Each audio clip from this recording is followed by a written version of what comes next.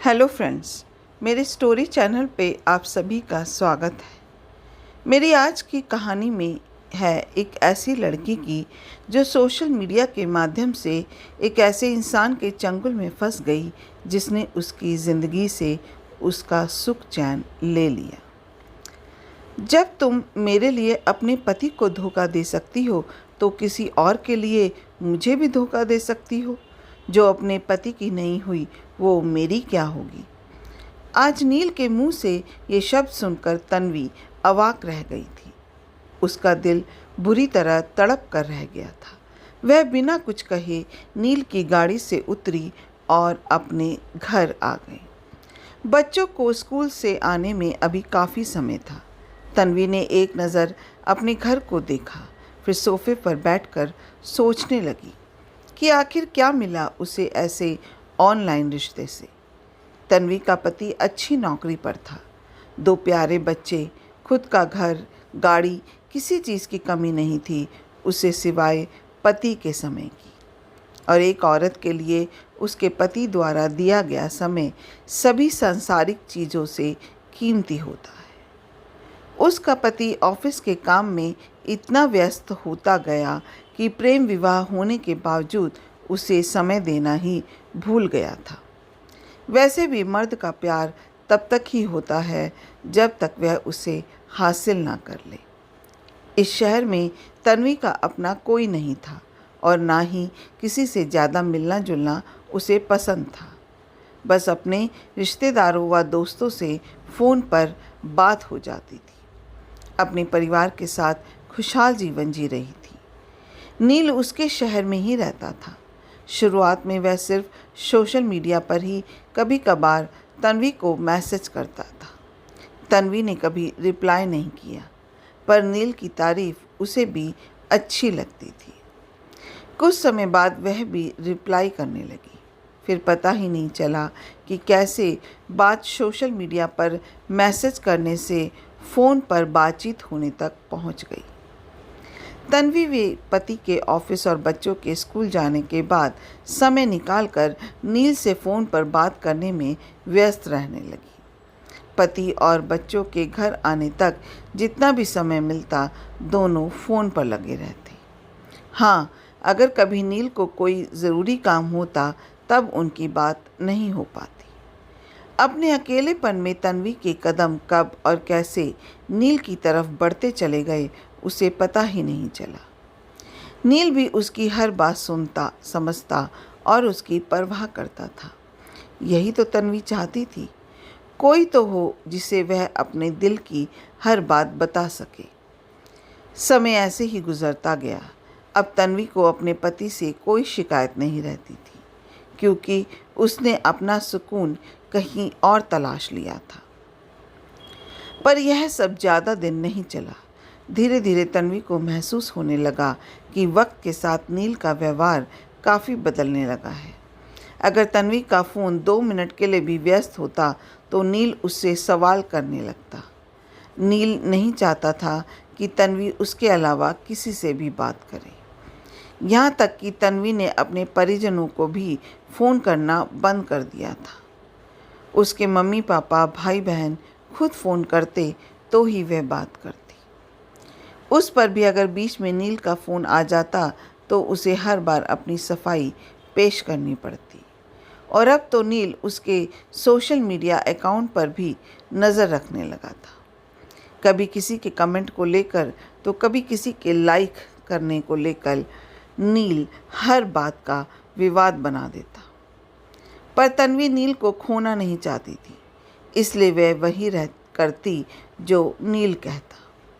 कितने ही जानने वालों को तो तन्वी नील के कहने पर बिना किसी कारण ब्लॉक कर चुकी थी। सोशल मीडिया से शुरू हुए इस रिश्तों में मुलाकातों का दौर आ चुका था।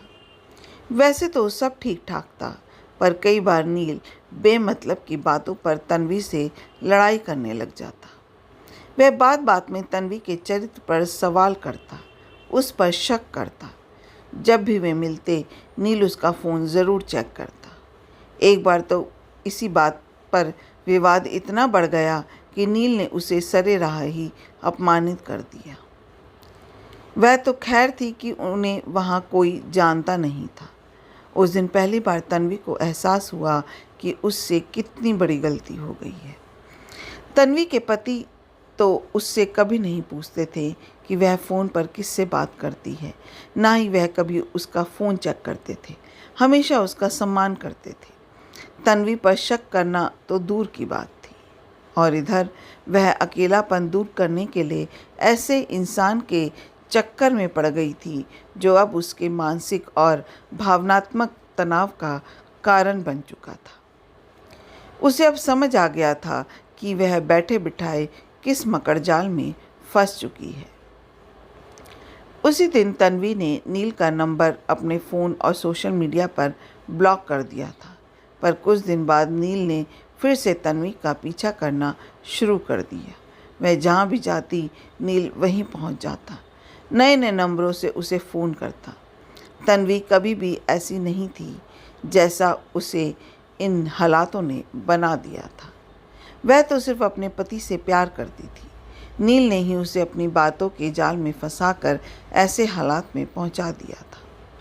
मगर अब वह इन सब से निकलना चाहती थी और इस रिश्ते को भी यहीं विराम देना चाहती थी। इसलिए ना चाहते हुए भी तन्वी को उससे मिलकर बात करनी पड़ी।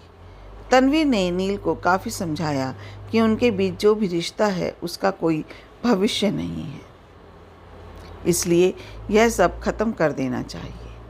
इस तरह शक करके लड़ाई झगड़े करने का क्या फ़ायदा, और जब नील को इस पर विश्वास ही नहीं है तो फिर ऐसे रिश्ते का क्या मतलब। हालांकि नील को पता था कि तन्वी का अपना परिवार है और वह किसी के लिए भी अपने परिवार को नहीं छोड़ सकती। फिर भी नील ने रो रो कर तन्वी से माफ़ी मांग ली और दोबारा ऐसा ना करने का वादा भी किया। साथ ही यह भी जता दिया कि यह सब ऐसे ख़त्म नहीं होने वाला। अब तन्वी समझ चुकी थी कि नील इतनी आसानी से उसका पीछा छोड़ने वाला नहीं है। यह रिश्ता उसके लिए एक मजबूरी बन चुका था। साथ ही यह भी डर था कि कहीं नील उसके पति को यह सब ना बता दे। इसलिए उसने खुद को समझा लिया कि जैसा चल रहा है वैसे ही चलने दिया जाए। फिर से वही सब फ़ोन, मैसेज, चैटिंग, नील का बात बात पर सुनाना, कहाँ बिज़ी थी, करो उसी से बात, उसने क्यों किया ऐसा कमेंट, इसको ब्लॉक करो, इतनी देर ऑनलाइन किससे चैटिंग कर रही थी। फिर खुद ही रूठ जाना और ना मनाओ तो पीछा करना, लड़ना झगड़ना, बस यही सब रह गया था। इस सब से तन्वी बहुत परेशान हो चुकी थी। आज तन्वी नील से मिलने इसलिए गई थी क्योंकि वह इस रिश्ते को हमेशा के लिए ख़त्म कर देना चाहती थी। पर तन्वी की बात सुनकर नील कहने लगा, अब तुम्हें कोई और मिल गया है ना, इसलिए मुझे छोड़ रही हो, और उसका फ़ोन चेक करने की जिद करने लगा। तन्वी को उम्मीद नहीं थी कि नील ऐसे रिएक्ट करेगा, पर इस बार तन्वी ने अपना फ़ोन नील को नहीं दिखाया। तन्वी ने खुद को समझाया कि वह सही हो या गलत, किसी को हक नहीं है कि उसका फ़ोन चेक करे। ना ही उसे किसी को इतना हक देना चाहिए कि कोई उसे जलील करे या उसके आत्मसम्मान को चोटिल कर सके। इतनी ज़िल्लत तन्वी ने कभी महसूस नहीं की थी। हाँ, उससे एक बार गलती हुई थी, पर वह इतनी गिरी हुई नहीं थी कि हर किसी से आशिकी करती फिरे। ना ही उसे ऐसा करने की ज़रूरत थी। अब तन्वी ने सोच लिया था कि वह आज ही अपने पति को सब कुछ सच सच बता देगी, फिर चाहे जो सज़ा मिले। कम से कम उसे इस ब्लैकमेलिंग और ज़िल्लत से छुटकारा तो मिलेगा। उसका पति उसे जो भी सज़ा दे वह इस ज़िल्लत और बेइज्जती से ज़्यादा तो नहीं होगी। अपने पति से अच्छा दोस्त, साथी, प्यार, हमसफ़र दूसरा कोई नहीं हो सकता। अपना कीमती समय देने के लिए दिल से शुक्रिया। कमेंट बॉक्स में कमेंट करके ज़रूर बताइएगा कि आपको ये कहानी कैसी लगी। अगर आप चैनल पे नए हो तो चैनल को सब्सक्राइब करना मत भूलिएगा। लाइक कीजिएगा और शेयर ज़रूर कीजिएगा। फिर मिलते हैं एक नई कहानी के साथ। जय हिंद।